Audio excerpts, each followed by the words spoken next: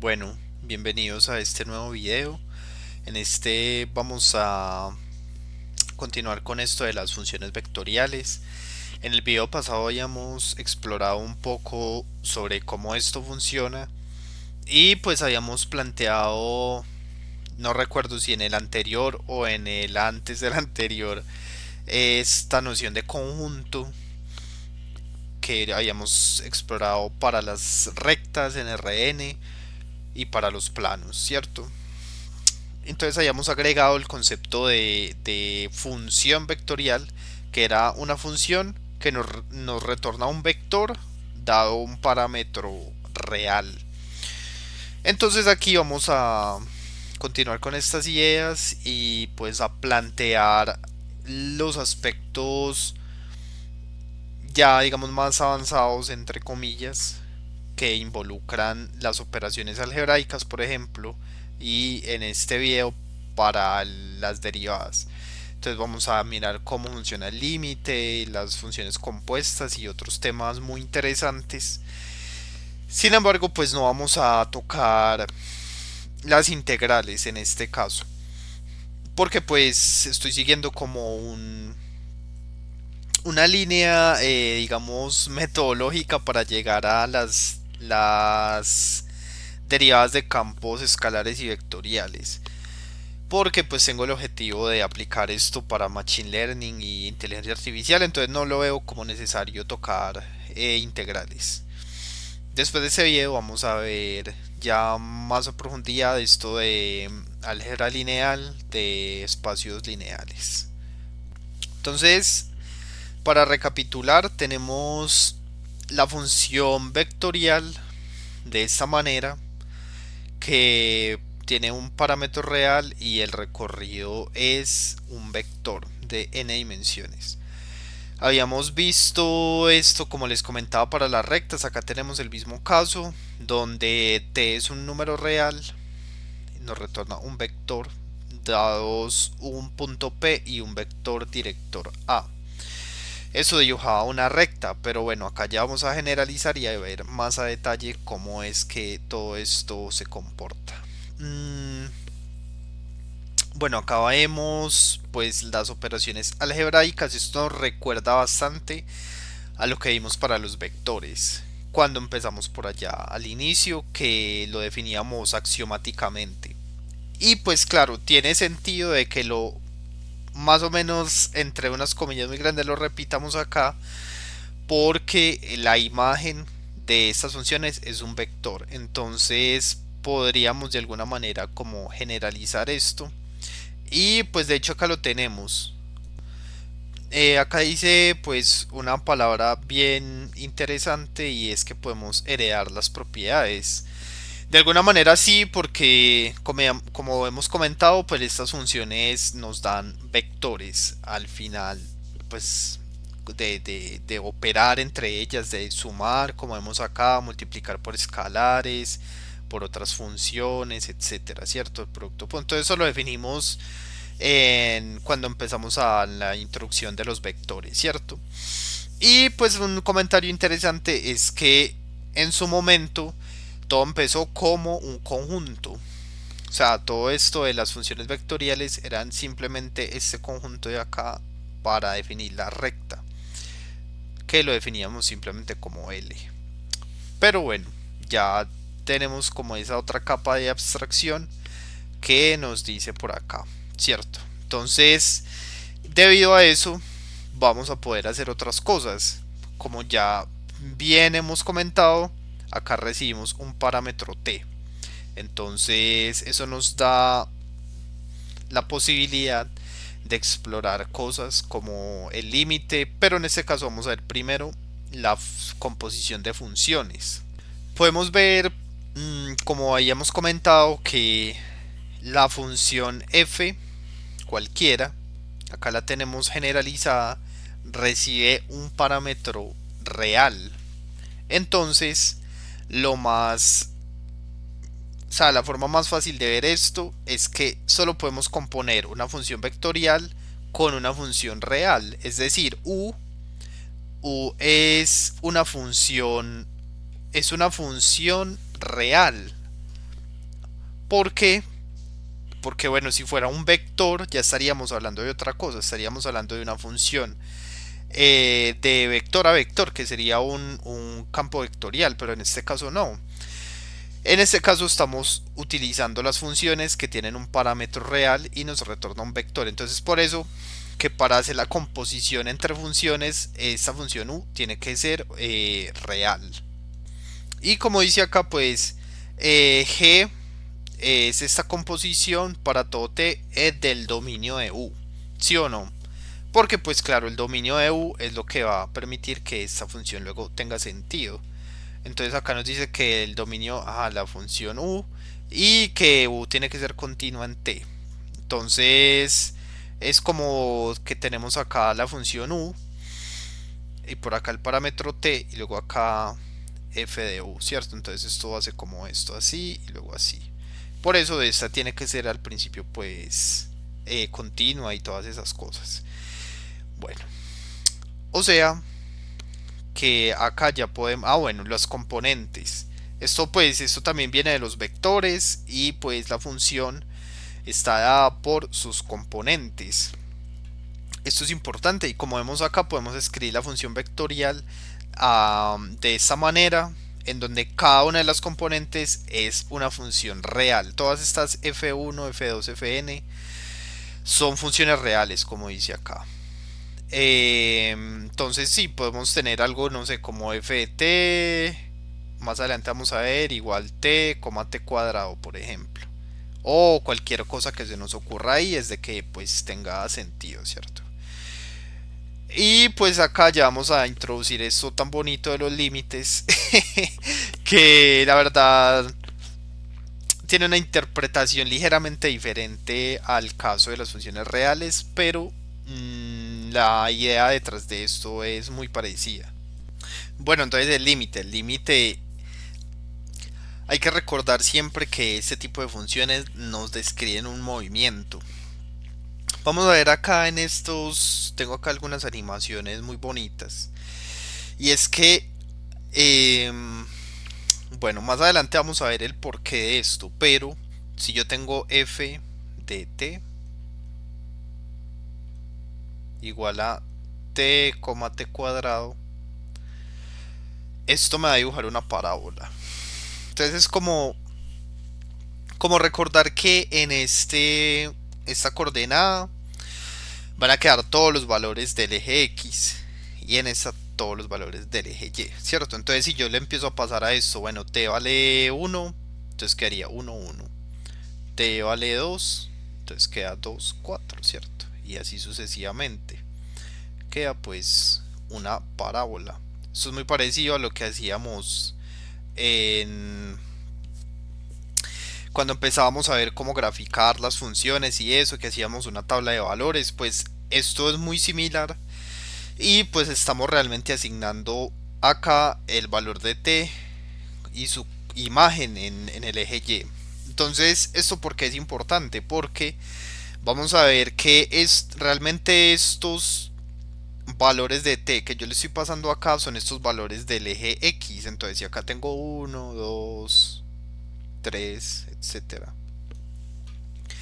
Acá menos 1, menos 2, bla, bla, bla. Entonces, si yo le voy pasando esto, es prácticamente decir que nuestra partícula se está moviendo sobre esta trayectoria, ¿cierto? Entonces la idea de estas funciones precisamente es eso, es describir un movimiento sobre una trayectoria a medida que pasa el tiempo. Podría entenderse de esa manera, suponiendo que este t es el tiempo, por así decirlo. Entonces en el instante 1 está posicionada en este punto de la trayectoria, en el 2 aquí, etcétera. Es por eso que es bueno entenderlo de esa manera, porque aquí vamos a darle sentido al límite. O sea, el límite que es, tengo, por ejemplo acá, tengo estas dos partículas sobre una trayectoria, una parábola, supongámoslo t cuadrado, bueno, t, t cuadrado. Entonces, si esta partícula que está en 1, 8, 3, 24, no importa el número, la verdad, más bien pongámosle A1, B1. no importan esos valores de ahí. Esa está fija. Y entonces yo tengo otra partícula en otro punto cualquiera de la trayectoria. ¿Qué pasaría? O sea, yo puedo plantear que esta está a una diferencia, a un valor mmm, agregado a esta, ¿no? O sea, como que esta está q veces esta partícula más allá en la trayectoria. Entonces, a medida de que ese número empieza a disminuir, podemos ver que este vector va a empezar a moverse sobre la trayectoria buscando este. O sea, él va a intentar, hagámoslo acá bonito, va a empezar a moverse así a medida que voy disminuyendo el valor y así, así, así, así, así, cada vez más, etcétera. ¿Sí o no? De eso se trata el límite. O sea, que vamos a verlo acá en esta simulación que tengo, y realmente pues es lo que estábamos viendo recién. Por ahora voy a ocultar este y este B que no nos interesan.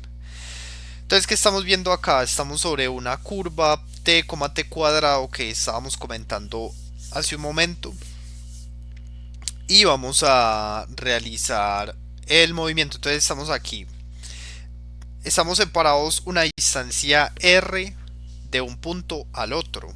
¿Qué quiere decir esto? Que el punto D es la función evaluada en P igual a 1. O sea, un punto cualquiera, puede ser este, puede ser del que sea, ¿cierto? Pero tomamos uno, pues ahí como por facilidad. De hecho, pues aquí para GeoGebra, pues eso es trivial. Pero pues hagámoslo así para efectos de la demostración, ¿cierto? Entonces, ¿qué estábamos diciendo? Yo hace un momento dije que Q, bueno, acá le pusimos R, pero pues no importa. Ese nombre no importa. Lo importante es que estamos separando este punto de este una cantidad R sobre la trayectoria. Es decir, que si ese R fuera 0, estos dos puntos serían iguales, porque estarían siendo evaluados en el mismo P, o sea, en 1. La curva en 1, ¿sí o no? Entonces, lo que vamos a hacer es empezar a disminuir el R, que es la diferencia entre ambos. Entonces, si yo empiezo a hacer esto, podemos, bueno, hagámoslo más despacio para que sea bien. Vengo por acá y le doy acá. Pongámoslo así en exagerado, ¿sí o no? Entonces, si yo empiezo a hacer esto, vemos que el vector empieza a disminuir, empieza a moverse hacia el otro. O sea que entre más pequeño sea R, van a estar más cerca ambos vectores. Es decir, que si yo hago esto en este R, digamos que el valor es 0.00001, esto tiende, o sea, este vector de aquí que teníamos como C tiende al vector este D. De eso se trata el límite. Es muy parecido a lo que veíamos en las funciones reales, pero acá hay que hacer la diferencia de que es un vector que tiende al otro.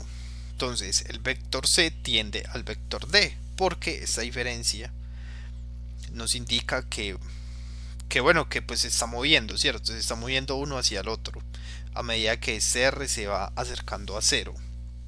Y bueno, algo de esto tenemos acá escrito. Entonces, bueno, ¿cómo se entiende el límite?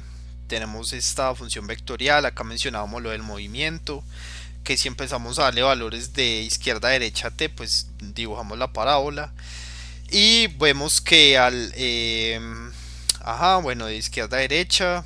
Entonces, ¿qué pasaría si dijéramos que calculemos el límite cuando t tiende a 2? Entonces empezamos a ver el comportamiento que pues analizamos en la animación, ¿cierto? Eh, entonces sí, que tiende a algún vector y que se está dibujando a medida que se mueve t. Entonces acá pues poníamos el ejemplo de cuando t tiende a 2. Pero sí, la idea es exactamente la misma. El límite es el vector moviéndose. Entonces, como habíamos comentado, pues como estas funciones son vectores, y asimismo como definimos la suma y todas estas otras propiedades algebraicas, los límites también se hacen componente a componente. Entonces, esto es importante porque también habíamos dicho que podemos definir el vector como, bueno, la función vectorial como un vector de funciones reales. Entonces, para que eso tenga sentido, el, cada componente del vector tiene que existir, o sea, el límite existe para todas las componentes de manera separada. Y si una no existe, pues ya se puede decir que el límite tampoco existe para la función. Eso lo podemos ver acá en lo de continuidad. Y pues vamos a ver uno de esos ejemplos como tan, sí, como tan usuales que uno encuentra de continuidad y que bueno, pensábamos la continuidad como dibujar la gráfica sin levantar la mano. Entonces acá podemos observar algo muy parecido. Tenemos esta función de 1 sobre valor absoluto de t. Entonces acá si la graficamos podemos observar este comportamiento de acá. O sea, cuando tiende a cero, pues esto ya como que no converge. Y entonces, claro, el límite, pues el límite, más bien la continuidad se rompe porque pues aquí no vamos a poder establecer esta condición que tenemos más abajo. Eh, entonces, bueno, acá tenemos el límite por la izquierda y por la derecha. Si venimos por la izquierda, o sea, los valores negativos, esta función nos empieza a dar, pues cero negativo es raro, pero sí, o sea, cero por la izquierda y infinito acá. Porque si recordamos la función que teníamos era esta. Entonces es una división entre cero y eso pues no está definido en los números reales. Y lo mismo ocurre por acá. Entonces si nos acercamos a cero por la derecha, pues vamos a ver que la primera componente sí nos da cero, pero la otra también diverge. O sea que el límite no existe. Y si el límite no existe, no hay continuidad, porque aquí está la definición de continuidad. O sea, para que sea continua, el límite de esto tiene que existir, la función tiene que estar definida en A y estas dos cosas tienen que ser iguales. Si no, se puede decir que la función no es continua en A. Entonces, así se trata, digamos, esto de la continuidad en las funciones vectoriales.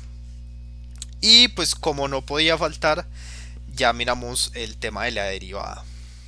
De hecho, para explicar ahí, explicar en unas comillas grandes, utilicé esta definición de la derivada porque me parecía como más intuitivo, ¿cierto? O sea, le sumé un valor y entonces empiezo a disminuir ese valor y este empieza pues a llegar a otro vector. Realmente es muy parecido, y un video muy interesante. A mí me gusta mucho ese canal porque la verdad he sacado mucha inspiración de ahí para hacer videos. Explican la derivada como con mucha profundidad. Entonces lo recomiendo 100%. Pero sí, pues básicamente en este caso la derivada es lo que habíamos visto anteriormente. Tenemos dos vectores, que están sobre la misma trayectoria y tienen una diferencia h, en este caso aquí como lo tenemos. Entonces a medida que yo empiezo a mandar este h a cero, quiere decir que este vector se acerca a este vector. Eh, y bueno, lo podemos volver a revisar acá, ya con este h que tiene también un significado bien interesante. Bueno, y de hecho hay algo aquí chévere que voy a aprovecharme de esta herramienta para dibujar y lo vamos a ver. Entonces, recordando lo de la ley del paralelogramo, si yo sumo estos dos vectores, yo puedo hacer lo siguiente. A ver si esto me lo deja mover. Bueno, va a tocar así como a mano alzada, a ver. Más o menos, más o menos. O sea, es este mismo. Entonces si yo lo dibujo acá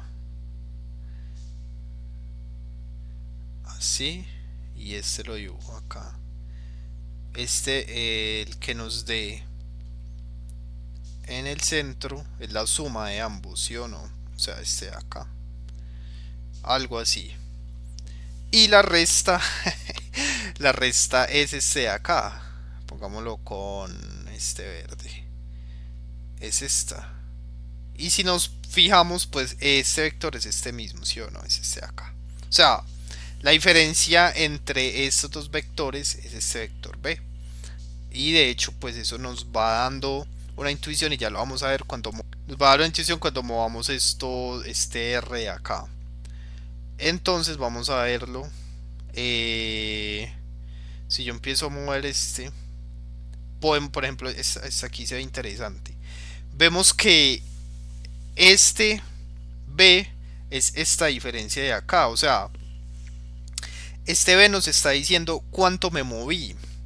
Aquí me moví poco, o sea, el valor de acá es muy pequeñito, que es este mismo que corresponde a lo que me estoy moviendo un vector con respecto a otro, porque recordando que este R es esa diferencia, o sea, este R es lo que marca la diferencia para que esta resta pues no sea cero prácticamente. Listo, entonces eso era como esta parte del paralelogramo, que es importante porque ya vamos a ver lo que pasa con la división entre h. Por ahora recordar que el numerador de esta expresión está diciendo cuánto me moví. O sea, el vector que resulta de esta resta me dice cuánto me moví de este vector hasta este. ¿Sí o no? Si el valor es pequeño, como tenemos acá, es porque estoy muy cerca a un vector del otro. Pero si estoy lejos, pues es porque el h es grande y están lejos, ¿cierto? Listo. Ahora, pues también importante volver a comentar esto de que se hace componente a componente. Porque, bueno, como habíamos dicho, la función se define en términos de otras funciones reales y pues también que es como un poquito de derivada en x y un poquito de derivada en y, ¿sí o no? Entonces esa separación se va haciendo en cada una de las componentes y por eso se evalúa en todas las funciones reales que conforman la función vectorial.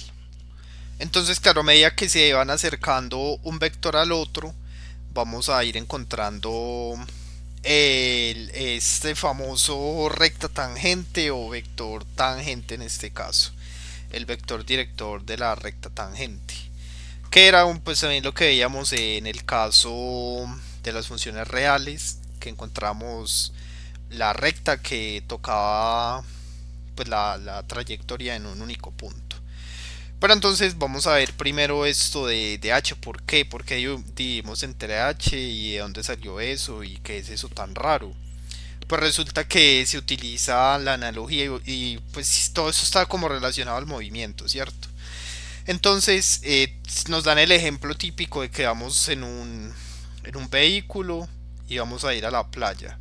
Entonces nos toman como marcas de tiempo, ¿cierto? Entonces nos dicen, a las 10 a.m. estamos en el kilómetro 100, P1.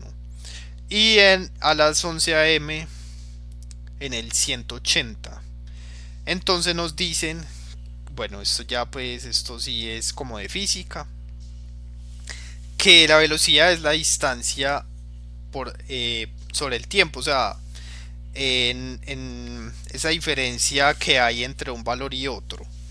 Entonces estamos viendo de alguna manera esta similitud porque estamos prácticamente haciendo lo mismo, pero este caso es con los vectores, o sea, estamos calculando, permítanme yo acerco más estamos calculando este vector estaba lejos de ese vector en una diferencia h de tiempo, ¿cierto? O sea, es muy parecido porque Es prácticamente que, como comentamos ahora, está la trayectoria y hay un punto en esta de aquí y en este de acá. ¿En cuánto se diferencian? Pues en h.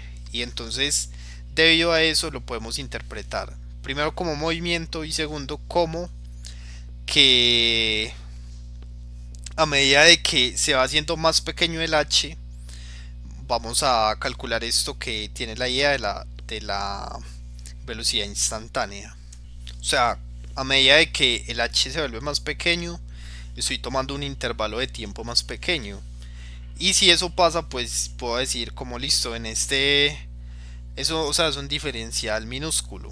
Entonces prácticamente en un instante de tiempo determinado puedo decir la velocidad. Pues, o sea, la distancia existe, pero es muy pequeña. Entonces se puede asumir como en ese punto prácticamente. Entonces, bueno, ahí tenemos como la derivada. Y pues claro, nos va a dar un vector. Y ese vector lo podemos utilizar para calcular una recta.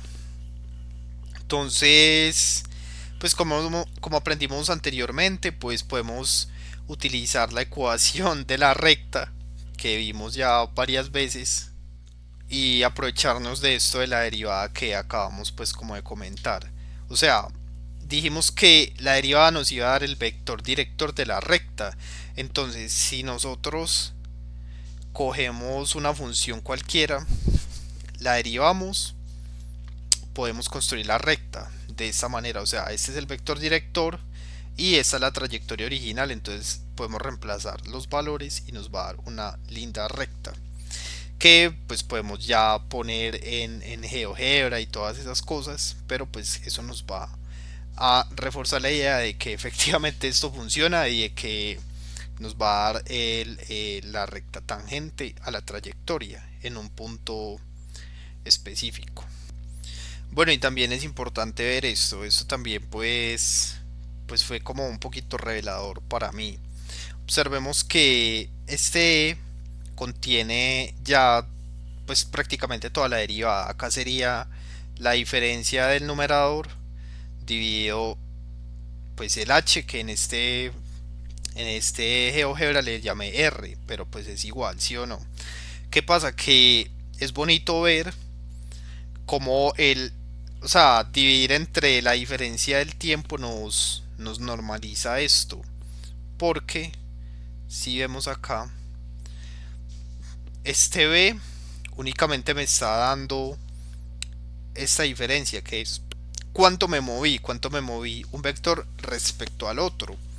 Pero el e se mantiene como, no sé si decir uniforme, pero a medida que movemos esto, perdón, vemos que el e no varía tanto. O sea, efectivamente nos está dando la velocidad. El otro no nos da toda la información, nos da una información diferente. Por eso es importante dividir entre h. Ahí lo podemos comprobar. Listo, entonces, bueno, acá lo que comentábamos, podemos dibujar la recta tangente utilizando la ecuación de la recta que aprendimos antes.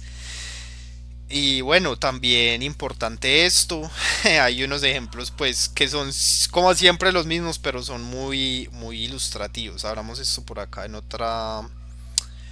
otra pestaña para que se vea más claro, ¿cierto? Entonces acá vemos que la derivada si tiene esto de que no funcionan los picos. Por ejemplo, acá esto es el valor absoluto. De nuevo tenemos esta curva t, valor absoluto de t, que es el ejemplo pues como más utilizado. ¿Qué pasa con esto? Entonces lo que vamos a hacer es simplemente este es el cociente pues de la derivada. Entonces es lo mismo f de x más h menos f de x sobre h, ¿sí o no? Aquí lo único que hicimos fue pues reemplazar, porque pues tenemos esta ecuación de acá que es el valor absoluto. O sea, lo que vamos a hacer es poner x más h en lugar de t, y acá pues tenemos esto, ¿cierto? Ahí todo claro. Entonces hacemos las operaciones normalitas, como vemos acá este x y este x pues se simplifican y acá quedamos con esto. Entonces, interesante, bueno, acá este también queda solo valor absoluto de h. Entonces, ¿qué es lo que pasa con esto? Que cuando, bueno, acá claro, este se simplifica y queda valor absoluto de h sobre h. Entonces vamos a ver qué pasa cuando toma valores negativos. Entonces, pues lo que pasa es que como ese es el valor absoluto, pues le va a cambiar el signo, ¿cierto? O sea, este va a tomar valores negativos, es decir, que el denominador va a ser negativo, pero el numerador va a ser positivo. O sea que el límite, acá viene lo interesante, el límite cuando h tiende a cero para esta expresión, bueno, a cero por la izquierda, ¿sí? Cero por la izquierda, esta expresión tiende a este vector. Pero cuando el límite de esta expresión por h que tiende a cero por la derecha tiende a este otro vector.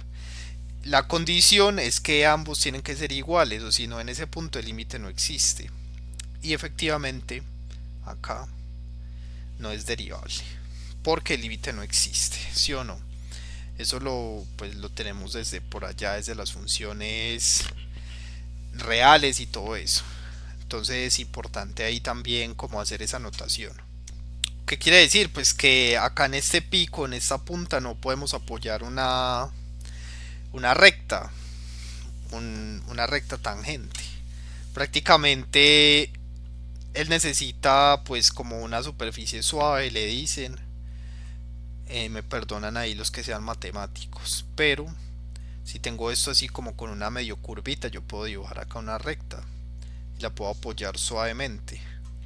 Entonces en este pico no se puede, pues me imagino que eso empieza a ser así, a tambalearse.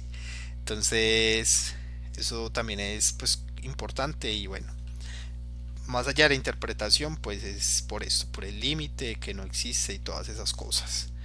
Listo. Bueno, entonces nada, para recapitular, define un movimiento. El límite es cuando un vector tiende a otro vector.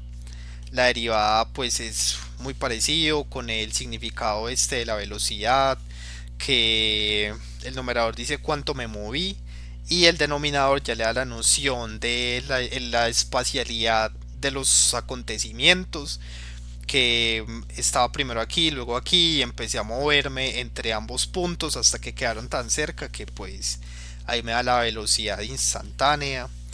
La continuidad también pues la comentamos, que tienen que cumplirse esas condiciones de acá para que sea pues continua, que es como mentalmente pensar que puedo dibujar toda la curva sin levantar el lápiz. Importante verse ese video acá de Damián y nada, pues digamos que a grosso modo esta es como más o menos la teoría ahí para la derivada. Bueno, acá volvemos a ver esto que ya como que se está repitiendo mucho. Sin embargo, acá vemos una pequeña diferencia y es la manera en que empezamos a definir como las reglas de la derivación que conocemos desde las funciones reales. Por ejemplo, acá tenemos el producto punto de dos funciones y vemos que vuelve a pasar esto, que es la derivada del primero por el segundo sin derivar más la derivada del primero sin derivar por el segundo derivado. Esto, todas, esta incluidas todas se pueden demostrar a partir de la definición del límite.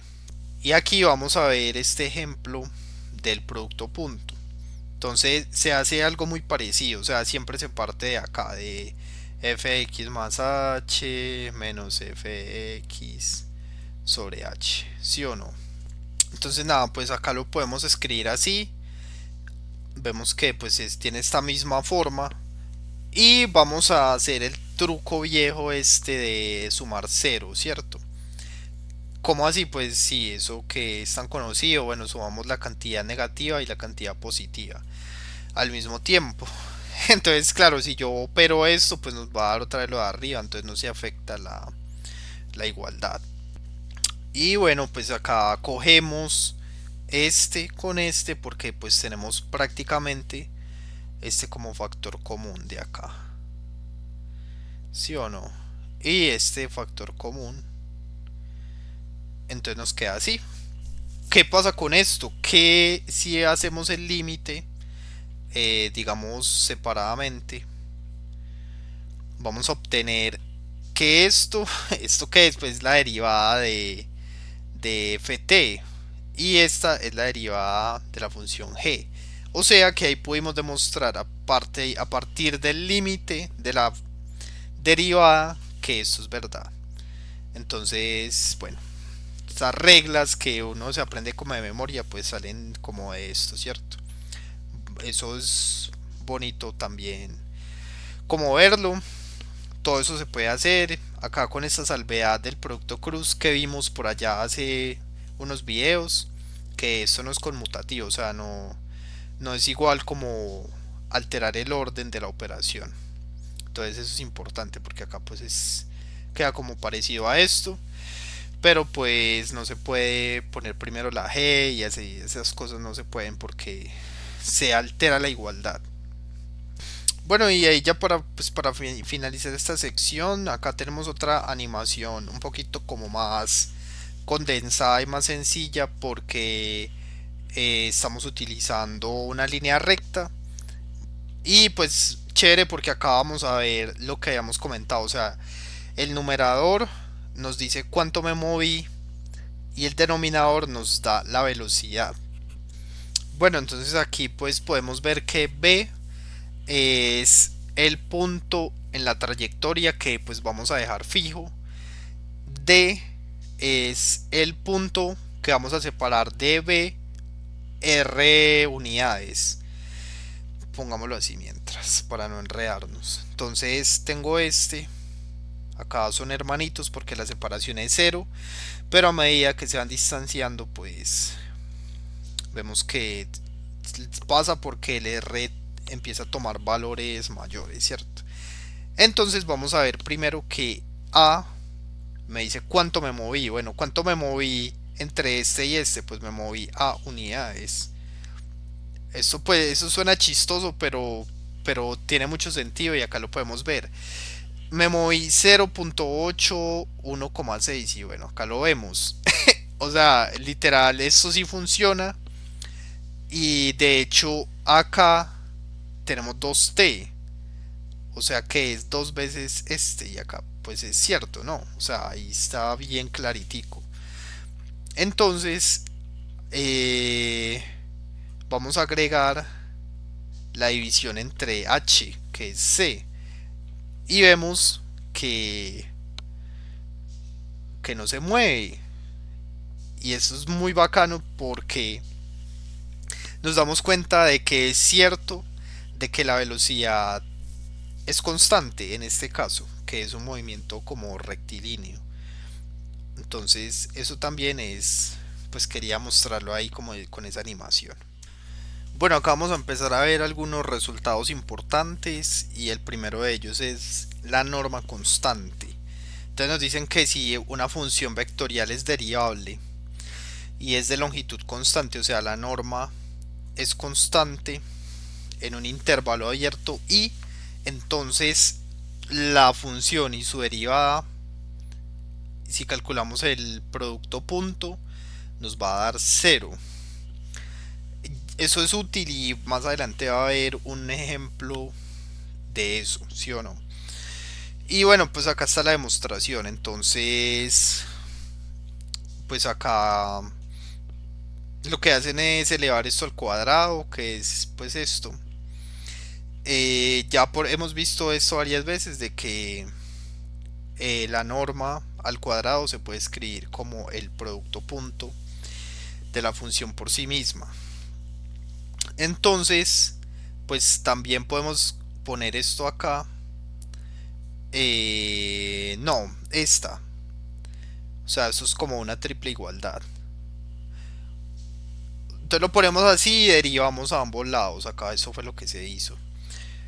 Entonces derivamos, esto ya lo encontramos, que es esto de acá, como bueno, lo que hicimos ahí con el límite, esto es una constante, entonces queda cero.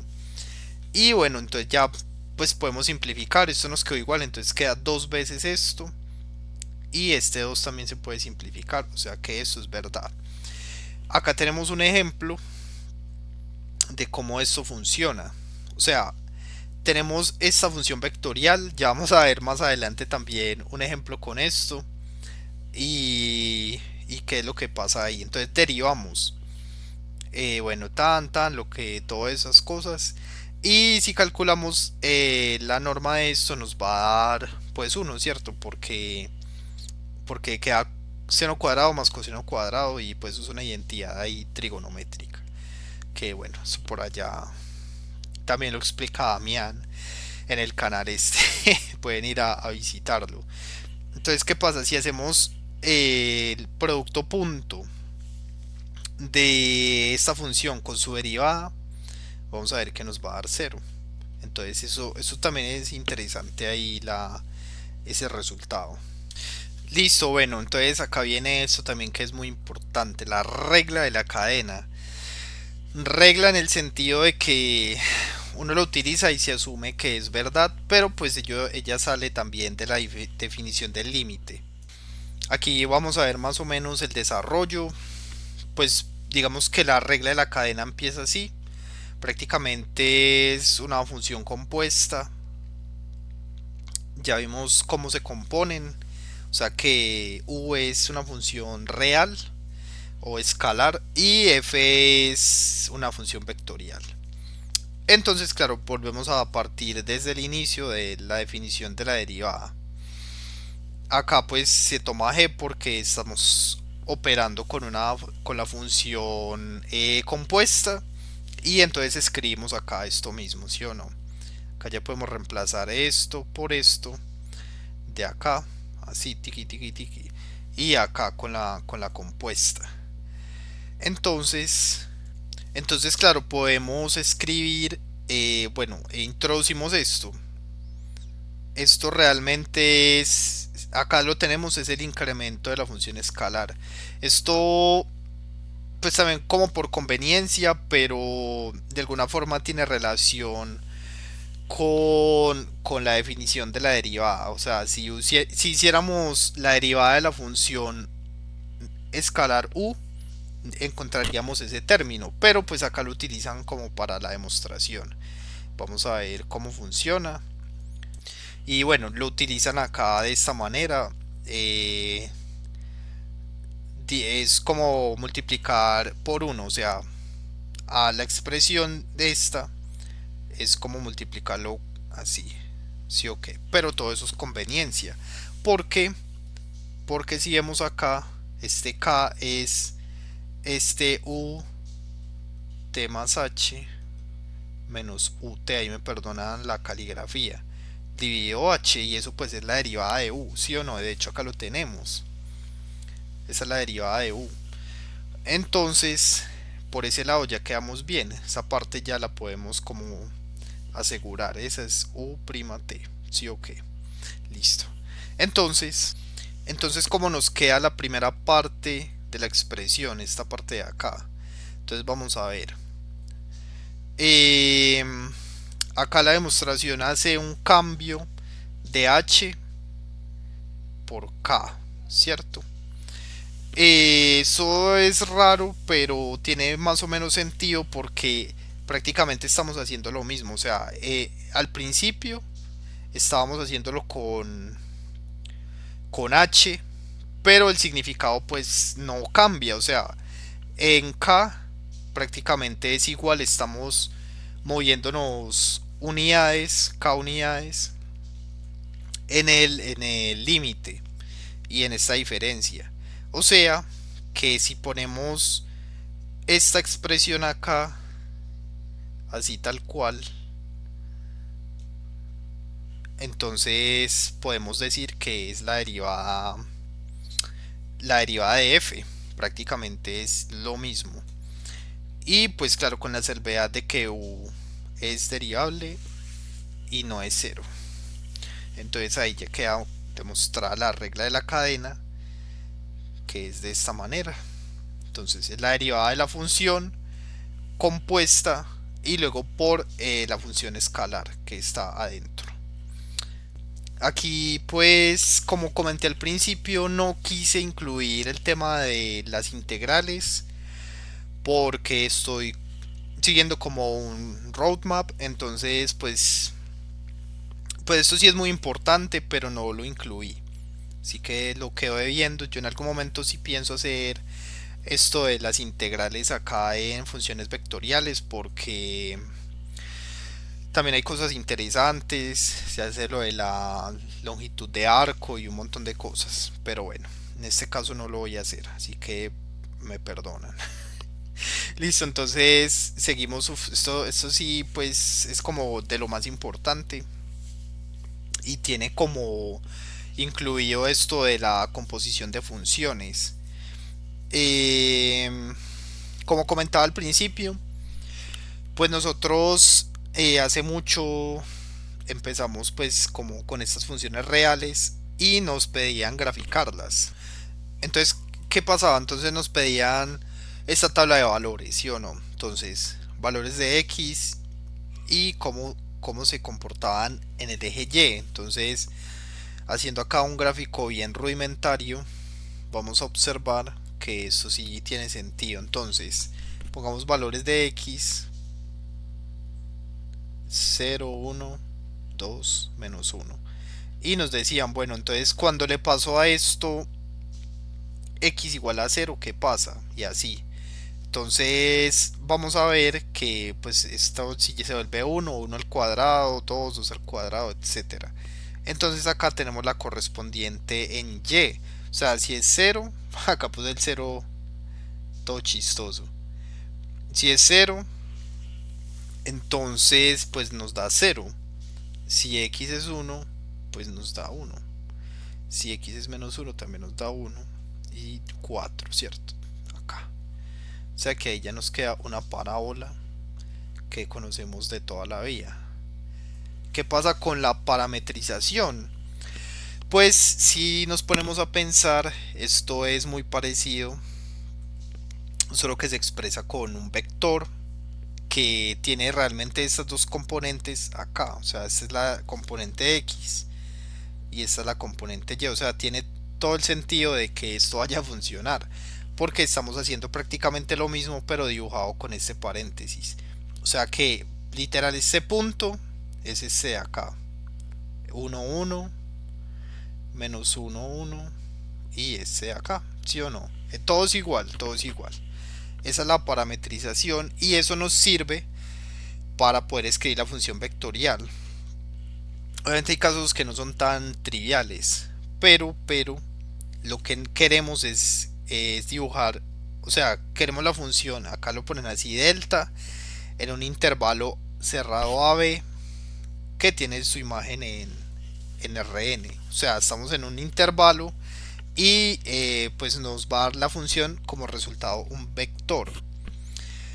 Entonces, bueno, eso también lo habíamos visto, que la función está definida como componentes y cada componente es una función real. Entonces acá pues es justamente lo que vimos. Yo de hecho lo escribí al principio, pero acá ya está como escrito de esta manera, que pues tenemos en este caso dos funciones reales y para la parábola sería la función t y t cuadrado en el eje Y. Entonces eso también, acá reforzando otra vez la idea, eh, cada valor de t le vamos dando valores desde menos infinito hasta cero. Entonces empieza a dibujar la parábola. O sea, entonces empieza ese valor, ese valor, ese valor. O sea, ahí el movimiento sobre la trayectoria. Y luego valores positivos. Dibuja el resto de la parábola. Entonces, esa es la noción del movimiento. Bueno, como comentaba, hay casos que no son tan triviales. Por ejemplo, acá tenemos esta ecuación que dibuja una elipse. Esta también pues se ve por allá en funciones reales y todo eso. Y pues yo podría simplemente hacer lo siguiente, o sea, prácticamente hacer lo mismo. Encontrar el valor de y poner x acá y eso va a funcionar. Porque si la escribí, bueno, esto acá quedó un poquito raro, pero si escribimos aquí el valor de x y acá el valor de y, pues esto va a funcionar. Sin embargo, tiene una limitación y es que esta raíz cuadrada pues hay que tener cuidado por los valores negativos. O sea que aquí nos va a dar solo media elipse. Bueno, ¿qué se hace ahí? Entonces acá empiezan los trucos. El primer truco en este caso es utilizar identidades trigonométricas. Porque sabemos que si escribimos esto así, x sobre a es igual a coseno de t y y sobre b seno de t, y si hacemos el cuadrado de ambos nos va a dar 1, o sea que es este 1 de acá, y acá está el cuadrado de cada una de las expresiones, o sea que esto pues nos va a funcionar, es equivalente a lo que tenemos allá. Y pues nos podemos aprovechar de eso porque acá podemos sacar el valor de x y el valor de y, entonces queda así coseno, porque pues sí, o sea, queda este a acá, y pues lo ponemos en la componente x y en la componente y del vector delta, este de acá. O sea que pudimos escribir la función vectorial de esta manera y ya no tenemos esta limitación de la raíz cuadrada. O sea que esto nos permite dibujar la elipse completa sin problemas. Prácticamente lo que dice acá es encontrar un valor de x y un valor de y para construir la función vectorial. Me imagino que hay más trucos, pero esto de las funciones trigonométricas creo que también hacen cosas con coordenadas polares para poder escribir la función vectorial así sencillita. Bueno, acá viene también algo muy importante relacionado a la parametrización. Es que, bueno, acá yo copié esto literal del libro, mmm, con una función vectorial r en un intervalo i y una función real con derivada diferente de cero. Entonces tenemos la función y en un, bueno, acá debería ser intervalo en i, ¿no? Bueno, que es la composición. Dice que x y y se llaman equivalentes y proporcionan representaciones paramétricas distintas de la misma curva. La función u define el cambio de parámetro. Esto suena re raro y la verdad me costó un buen rato entenderlo, pero acá lo vamos a ver con un ejemplo. Perdona a todos los matemáticos, pero acá lo tenemos así. Entonces, tenemos otra vez la parábola, pero esta vez lo vamos a hacer diferente. Yo tenía este ejemplo en GeoGebra, pero no sé qué se me hizo. Pero acá lo vamos a ver luego con otro. Vamos a ver que yo tengo una parametrización s más 1 y pues bueno, esta es la función escalar. Entonces yo hago la composición sobre esta y me va a quedar t más 1 y acá donde está t pongo también t más 1, ¿sí o qué? Y aquí pues vamos a poner esto. Es S3, entonces si compongo X2 con U2 me va a dar 3 T cubo y T a la 6. Porque claro, porque o sea, en donde está T pongo esto al cubo. Y acá pues queda el cubo al cuadrado y bueno, y se multiplican esos exponentes. Todas esas cosas tienen explicación, pero pues estamos en un video sobre otra cosa. Pero bueno, tengo estas dos parametrizaciones diferentes. ¿Cuál es la cosa? Si nosotros graficamos ambas, esto nos va a dar la misma gráfica, la misma trayectoria, o sea, nos va a dar la misma parábola esta que hemos dibujado todo el rato. pero vamos a ver un cambio muy importante. Bueno, acá tenemos que dibujan la misma trayectoria. Espérenme si encuentro la animación. Bueno, no tengo la animación, pero ahora lo vamos a ver con otra. Eh, lo que se observa es que la trayectoria es igual, o sea, la parábola es exactamente la misma, pero la diferencia es que la velocidad con que se recorre la trayectoria es diferente. Y vamos a verlo, pues acá primero con estos cálculos, pero acá tengo otra que no es este mismo ejemplo, pero sí se puede observar. Entonces tenemos la función original, que es esta, y acá la derivamos. Tenemos la función, la parametrización 1, y también la derivamos, y la 2 también la derivamos. Y vamos a ver qué obtenemos. Entonces, función original 1, 2t. Primera parametrización nos da esto y segunda nos da esto. Entonces, ¿qué pasa si evaluamos en 0? Vamos a ver esto de acá. Y podemos observar que para la segunda parametrización, cuando es 0, el vector resultante de la derivada es el vector 0, 0. Es decir, que hemos visto que la primera derivada es la idea de la velocidad. Entonces, si la velocidad es 0, es porque el movimiento se detuvo. O sea que si volvemos acá a esta definición que copiamos del apóstol, decía que U' es diferente de 0 para que fueran equivalentes y representarán pues de forma distinta la misma curva. Es decir que como esto nos dio 0, esta parametrización es diferente, o sea, la, el movimiento que describe no es el mismo que describe esta parametrización de acá. Estas dos sí se les puede llamar equivalentes, como decía la definición. O sea, son regulares, acá lo tenemos también. Yo me imagino que esto es muy importante por la sensación de movimiento, como comentaba anteriormente. Porque no es igual tener la misma trayectoria, pero que se recorra con velocidad diferente. Entonces eso es un punto importante y por eso se llama invariancia frente al cambio de parámetro, creo. Porque ese parámetro impacta la forma en que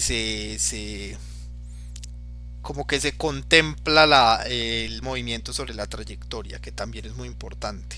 Entonces, como vemos, la parametrización, porque al final esto es una parametrización, define dos cosas distintas. La trayectoria, que en este caso, en este ejemplo, pues es la misma. O sea, la parametrización no afectó la trayectoria, pero sí la forma. En este caso la velocidad en que se recorre sobre esa misma trayectoria. Por eso es importante como tener eso en cuenta. Sobre todo que esto es una composición de funciones también. Porque acá pusimos la función u y la función u2 para componer la función x. Entonces de eso habla este teorema. Componer la función con otras funciones y que se recorra de la misma manera a pesar de que la trayectoria es igual para ambas. Por eso es tan importante la noción del movimiento y de la velocidad en este tipo de funciones. Bueno, en este no les mostré la animación, pero ya lo vamos a ver. Vamos a mirar primero estas aplicaciones, vector velocidad, que ya lo hemos comentado, la velocidad, aceleración, primero, y ya vamos a ver pues la otra cuestión está en GeoGebra y ahí ya va a quedar como todo claro. Entonces pues ahí como para volver a recapitular esto, la noción de la velocidad que nos daba la derivada, al hacer la diferencia entre los dos vectores se separaban una distancia h y entonces pues nos daba la velocidad instantánea, ¿cierto? Dice que es el vector geométrico ligado a la curva en la recta tangente. Y nos da eso, es importante, la velocidad va en dirección del movimiento. Ahora vamos a ver también algo de eso. Bueno, y también pues la magnitud de ese vector velocidad se le llama rapidez en algunos lugares. Y pues entonces dice la rapidez con la que la partícula se mueve en cada instante. Y bueno, y el vector aceleración, que pues ya es la segunda derivada. Entonces vamos a ver esto, qué es esto. Entonces ya tenemos de nuevo la recta, que ya pues conocemos de varios videos atrás. Entonces acá la escribimos como con una función. Anteriormente teníamos simplemente t, pero acá lo definen con esta función para describir el movimiento rectilíneo. Entonces vamos a ver que eso también es como una especie de composición de funciones. Pero entonces vamos a tomar este primer caso para f de t igual a t, que es el movimiento rectilíneo uniforme. Y acá pues proponemos este ejemplo donde, bueno, incluso lo simplificamos aún más. P es el origen, o sea que esto simplemente queda así, ¿cierto? Y literal queda como cogimos f de t igual a t, entonces nos queda esta trayectoria así, nada más. Se saca la primera derivada, entonces queda a, y la segunda pues queda en cero, ¿sí o no? Entonces, ¿qué pasa? La aceleración es cuánto cambia la velocidad. Si la aceleración no cambia es porque la velocidad siempre es la misma, ¿sí o no? Entonces acá pudimos ver que en efecto se trata de un movimiento rectilíneo uniforme porque es la velocidad es constante y eso pues nos lo da esto. Pero entonces, ¿qué pasa? Y acá viene lo de la invarianza en el cambio de parámetro. Observemos que a pesar de que yo pongo t cuadrado, esto va a seguir siendo una línea recta, pero prácticamente compusimos esta función de acá con t cuadrado. Hacemos lo mismo, derivamos y volvemos a derivar.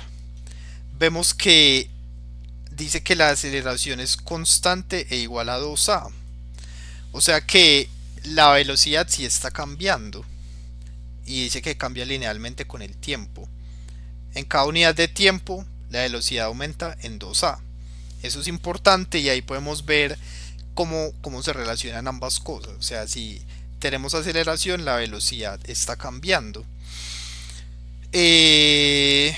Bueno, también esto, volvemos con estas ideas de múltiplo escalar, de independencia lineal y todo eso.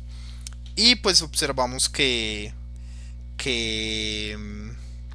ambos los vectores son paralelos porque pues simplemente se le pone un múltiplo escalar aquí.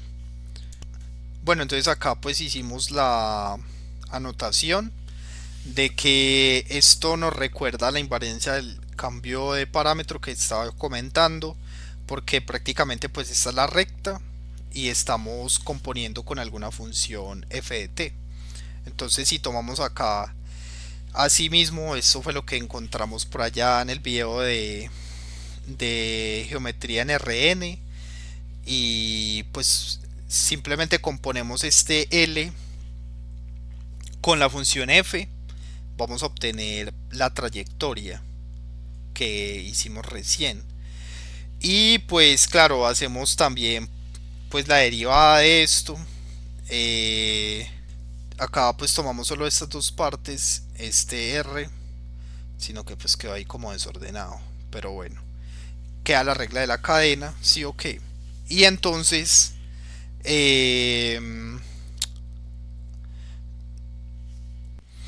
sí, entonces como claro, acá lo tiene, pues está bien escrito, o sea, la derivada de L con respecto a S de esto es A, porque esto pues desaparece y queda solo A. Entonces escribimos esto como A por f' de t. Entonces esto nos confirma que la velocidad está dada por la función f, o sea, f es la responsable de que la trayectoria sea más recorrida de una manera diferente.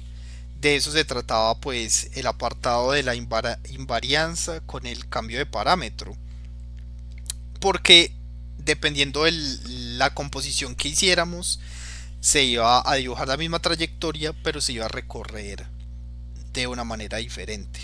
Entonces acá pues pasa lo mismo, hicimos pues como una especie de demostración ahí para ver eso, que f es la responsable de la velocidad y acá lo tenemos. Entonces bien, bueno, acá tenemos otro ejemplo también bonito porque vamos a como a mezclar todos estos conceptos.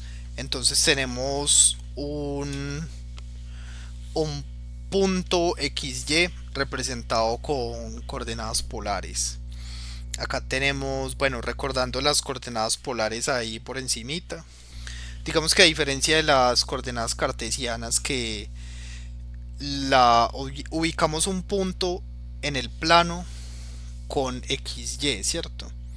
Lo que se hace en las polares es que se ubican los puntos en el plano con este R, que pues es el radio de una circunferencia, y con este ángulo. Por eso se escribe en términos de funciones trigonométricas y de ese radio, ¿sí o no? Entonces acá expresan esto, suponen esta parametrización, ya nos la dan. eh, y el ángulo en este caso es nuestra función f, que es como la composición, ¿cierto? Entonces acá escribimos esta trayectoria de esta manera y adentro el ángulo de seno y coseno es una función. Derivamos y nos da esta expresión de acá. Pues bueno, esto aquí ya se aplica, bueno, como estos son funciones reales, este I J es por las coordenadas, pero realmente esto podría escribirse como una tupla, ¿sí o qué? Entonces, acá pues se hace la derivada, pues la derivada interna, esto es una constante, queda igual, la de coseno es menos seno, y esto queda así, y la derivada interna que pues es f', y acá se hace lo mismo. Entonces, pues este es el vector velocidad y acá tenemos pues la magnitud de este vector. Si hacemos pues la operación, vamos a ver que pues tenemos seno coseno, se hace al cuadrado, esto sale como factor común, todas esas cosas, ¿sí o no? Al final nos da esto. Eso pues acá le ponen este nombre y la verdad me disculpan los que sean físicos. Velocidad angular de la partícula. Entonces, de nuevo, vemos que la función f es la que se encarga de decir qué tan rápido avanza la partícula, y este sí tengo la animación y ya la vamos a ver. Entonces acá tenemos dos ejemplos. De nuevo, o sea, tenemos una primera parametrización donde la velocidad con que se recorre es igual a la función original. El texto, de hecho esto sí es del apóstol, nos propone este ft con una constante w. Hacemos todo normal, derivamos y volvemos a derivar para la aceleración y obtenemos estas funciones de acá. Bueno, acá también interesante que recordando el apartado que teníamos más arriba que se llama SS, la norma constante, que si esto, si la trayectoria, la norma de la trayectoria era constante, entonces íbamos a tener esto de acá. Bueno, acá vamos a poder ver también eso. Recordando también, se me perdió esto de acá. Recordando también que cuando demostramos lo del producto punto, que si dos vectores, si pasaba esto es porque eran perpendiculares. Eso también lo vamos a ver acá. Entonces, de hecho acá lo dice, si hacemos esto, esto es constante, o sea que el vector posición y velocidad son perpendiculares, pero ojo, solo por eso, solo porque este producto punto nos da cero. Y acá vamos a ver que el vector aceleración va en sentido contrario a la posición, al vector posición. Y ahí me vuelven a perdonar los físicos. Como va hacia adentro de la circunferencia se le llama aceleración centrípeta. Pero ahí pues ya, ahí sí ni idea. Y también la velocidad es constante, ya que esto si se le aplica la norma, queda con esa constante y no depende de t. Y para el otro ejemplo, pues vamos a ver una parametrización con t cuadrado. Vamos a ver cómo afecta eso la forma en que se recorre la trayectoria. Recordando que la trayectoria es la misma, pero se recorre con una velocidad diferente. Entonces vemos acá cómo pues esto se desarrolla. Vemos que el ángulo es t cuadrado en este caso. Aplicamos la derivada, entonces todo lo mismo. Esto pues es un producto por un escalar que da igual. Luego se hace la derivada de esto interno y bueno, la regla de la cadena para funciones reales, ¿cierto? Listo, entonces ahí ya tenemos esto y dice que la velocidad se vuelve más rápida a medida que t es más grande. Empieza a acelerar, entonces ahora sí vamos a ver la animación.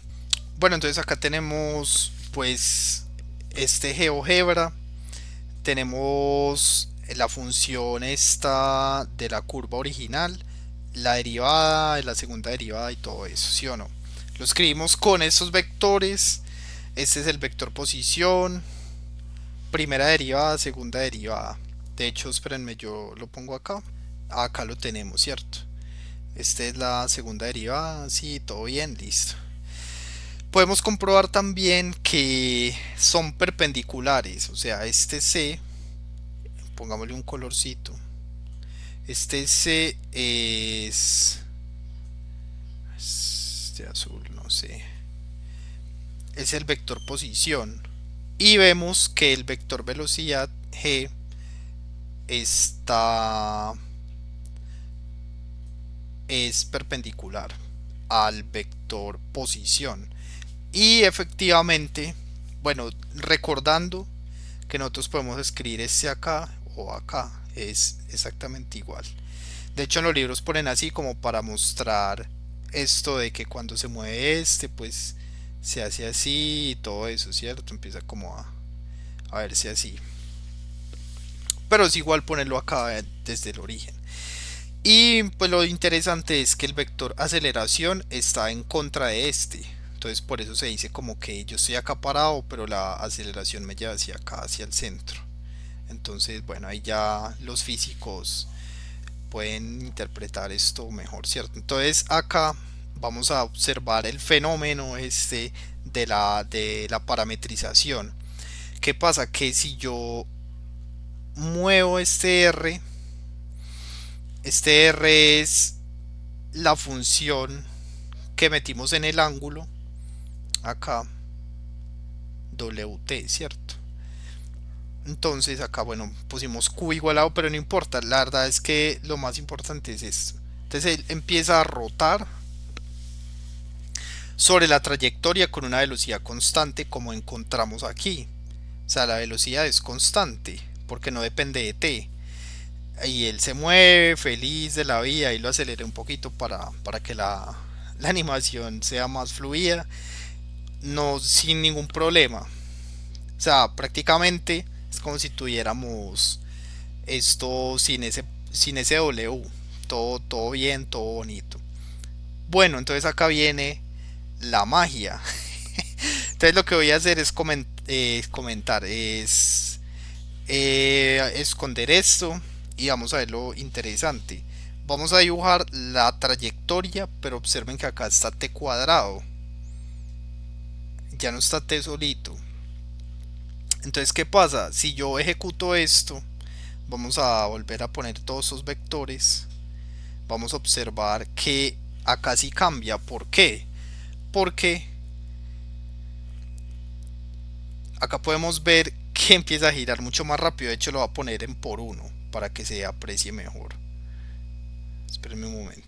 Ahora sí, entonces viene y él empieza a acelerar y acelerar y acelerar porque tenemos esta parametrización de t cuadrado y eso no pasó con el anterior. Acá vemos también que él empieza a disminuir la velocidad a medida que se empieza a acercar a cero, y el c vector u también, digamos que se acerca muchísimo a cero también, porque en ese momento el movimiento se detuvo, o sea, está detenido. En ese caso el vector llegó a cero. Entonces ahí pues podemos observar eso tan bonito de cómo el parámetro afecta el movimiento dentro de la trayectoria. En este caso es mucho más rápido que en el otro, a pesar de que la trayectoria es la misma, es simplemente por el cambio de parámetro que pues experimentamos acá con la función esta, simplemente con t y aquí con t cuadrado. Eso es lo que provoca el movimiento.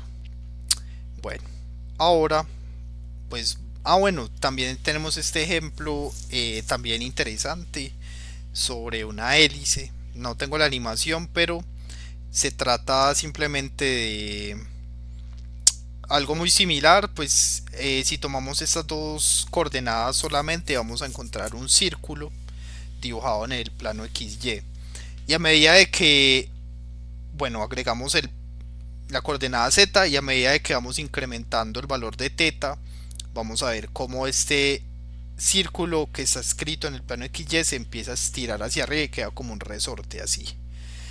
Entonces ese también es bonito. Podemos hacer el mismo ejercicio de la velocidad y todo eso, pero bueno, básicamente es muy parecido, pero pues es bonito ver cómo se genera la gráfica hacia arriba, porque queda pues en tres dimensiones.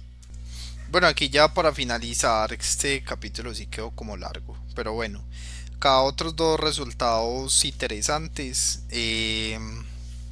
vector tangente unitario y el vector normal y plano osculador. Bueno, pues para introducir esto, bueno, acá tenemos una cita al libro este de Tom Apostol, donde dice, bueno, que el movimiento rectilíneo es en el movimiento rectilíneo el vector de aceleración es paralelo al de velocidad. Como vimos, pues al cambiar de parámetro pues realmente no se afectaba la trayectoria, y como era el caso de la recta pues se basa siempre en el vector director A. Entonces ahí no había forma de que el vector de aceleración no fuera paralelo al de velocidad. Y con el movimiento circular con velocidad angular constante, que era pues que la trayectoria, la norma de la trayectoria era constante, vimos que al hacer la derivada pues el producto punto a cero, entonces era perpendicular.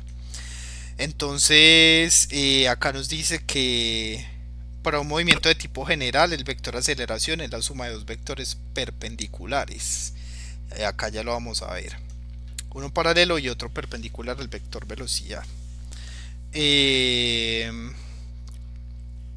entonces aquí también nos dice que si el movimiento no es rectilíneo, ambos vectores determinan un plano que pasa por el punto correspondiente de la curva que llamamos plano osculador. Bueno, acá lo vamos a ver. Acá nos introducen este vector unitario. Esto también es importante porque podemos coger cualquier vector y si lo dividimos entre la norma, acá pues tomamos este con la derivada de la posición, pero no necesariamente pues tiene que ser así. Puede ser realmente cualquier vector para sacarle el vector unitario. Acá podemos ver cómo se demuestra ahí más o menos.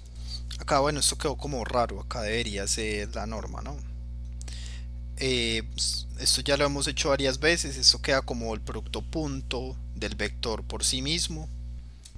Y entonces claro, este pues era el vector que estamos tratando de demostrar, es este. Entonces se hace simplemente el producto escalar entre u, que es pues este de acá, Y bueno, acá hace mucho tiempo vimos que podíamos sacar estas constantes, o sea que esto puede escribirse de esta manera. 1 sobre v o 1 sobre la norma de v es un escalar porque pues la norma nos da un valor real. Y pues claro, si sacamos ambas constantes nos va a dar esto. Y esto lo podemos a su vez escribir como la norma al cuadrado. Esto no es valor absoluto, sino la norma. O sea que simplificamos, esto nos da 1. O sea que la norma al cuadrado es la norma. O sea que si es el vector unitario. Es decir, que si hacemos esto, la longitud o la distancia al origen es 1. Eso es importante. Entonces acá tenemos este comentario que es muy bueno, ya que el vector tangente va a cambiar únicamente la dirección, puesto que su magnitud es constante y pues es 1. También aprovechándonos de esta propiedad que ya tenemos desde hace ya sí, como un video, 2 videos, no sé. Entonces, y que también vimos acá, si haríamos el vector tangente unitario, obtendremos un vector perpendicular al movimiento, porque es de magnitud constante. Ahí prácticamente nos aprovechamos de todo lo que hemos encontrado. Y pues a ese vector le llamamos vector normal. ¿Qué pasa aquí? Entonces, claro, tenemos ese vector de acá, que es el vector tangente, y pues acá se conecta todo. La verdad es que como es tangente porque estamos utilizando la derivada de la posición, que pues es la velocidad que vimos que la derivada, y empezábamos a hacer más pequeño el h, entonces un vector se acercaba al otro, se generaba el vector tangente, le sacamos el unitario porque dimos entre la norma, entonces es el vector tangente unitario. Ahora derivamos este y también le sacamos la norma y nos da el vector normal. O sea que el vector normal también es unitario porque estamos haciendo acá lo mismo. Y bueno, ya tenemos todo para generar el plano osculador. Recordando lo que vimos de geometría analítica, pues tenemos que podemos generar un plano utilizando dos vectores y un punto cualquiera. Entonces, bueno, acá ya los tenemos. El vector A y el vector B sería nuestro vector tangente y nuestro vector normal.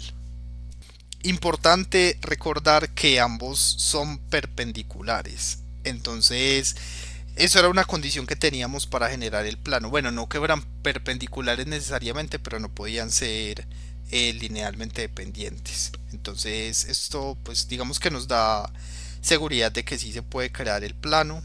Y pues con estos dos elementos, el vector normal y el vector tangente unitario, vamos a generar en el punto P, que es un punto sobre la trayectoria en un instante t. Entonces vamos a generar el plano osculador con esos tres elementos. Se dice que es el plano que mejor se ajusta a la curva en cada instante t. Y bueno, si la curva es plana, el plano osculador coincide con el plano de la curva. Acá vamos a ver un resultado, pues que ahí ya para concluir, que está dado también por esta expresión de acá arriba. Partimos de acá, del vector tangente unitario, y despejamos. Entonces esto pues es la velocidad.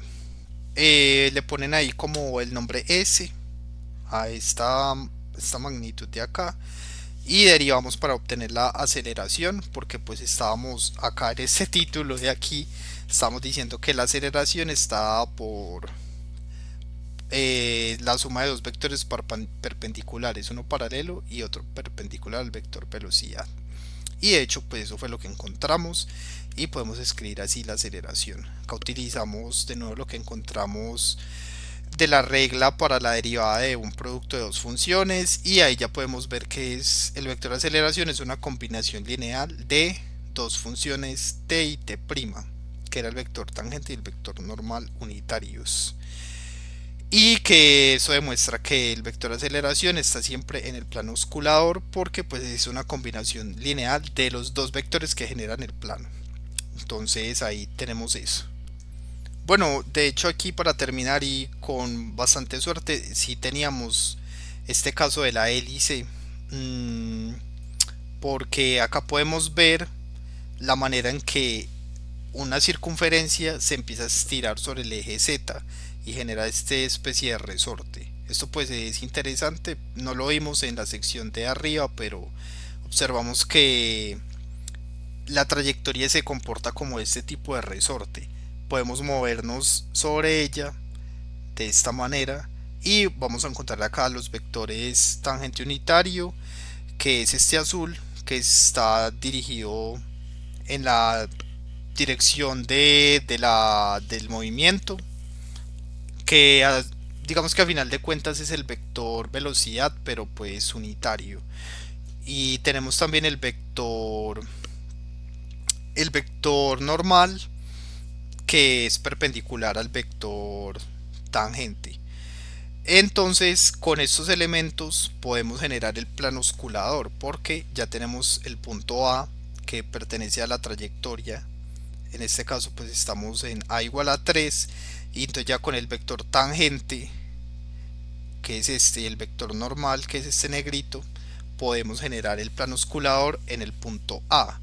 La cuestión con esto es que el plano osculador es el mejor plano que se ajusta a la curva en ese punto. Entonces si lo dibujamos podemos verlo aquí. Vamos a quitar esta cuadrícula y vamos a ver que él es tangente y está apoyado en el punto A. Entonces si empezamos a mover esto, los vectores generadores tangente unitario y vector normal van a dibujar el plano osculador en el punto A de la trayectoria. Por eso se dice que es el mejor plano que se ajusta a la curva en ese punto, porque está generado con esos vectores. Entonces ahí tenemos pues ese ejemplo. Pudimos ver también la trayectoria sobre la hélice, que pues me parece chévere, y acá pues el plano osculador generado por esos vectores y el punto A. Entonces bueno, con eso le damos fin al video. La verdad pues estuvo un poco largo, pero se tocaron temas interesantes. Como comentaba al principio, pues esto también tiene muchas más aplicaciones, sobre todo pues como para describir movimiento, y imagino que en física lo utilizan bastante. Y pues también volver a hacer el comentario de que no se tocó el tema de las integrales acá por temas de conveniencia y de tiempo también. En el futuro sería muy bueno hacerlo porque pues la verdad estas funciones vectoriales me gustan mucho y tienen como cositas ahí interesantes. Entonces eso sería pues por el video de hoy.